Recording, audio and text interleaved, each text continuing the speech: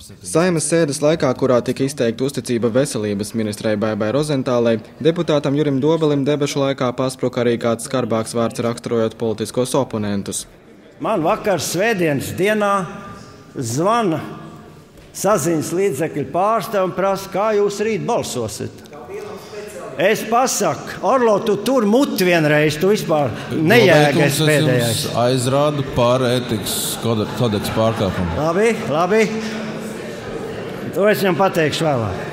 Savukārt Latvijas pirmās partijas Latvijas ceļa frakcijas priekšsēdētājs Andris Bērziņš Baibu Rozentāli gandrīz nodēvēja par bijušo veselības ministri Ingrīdu Circeni, kurai bija jāuzstājas pēc viņa runas.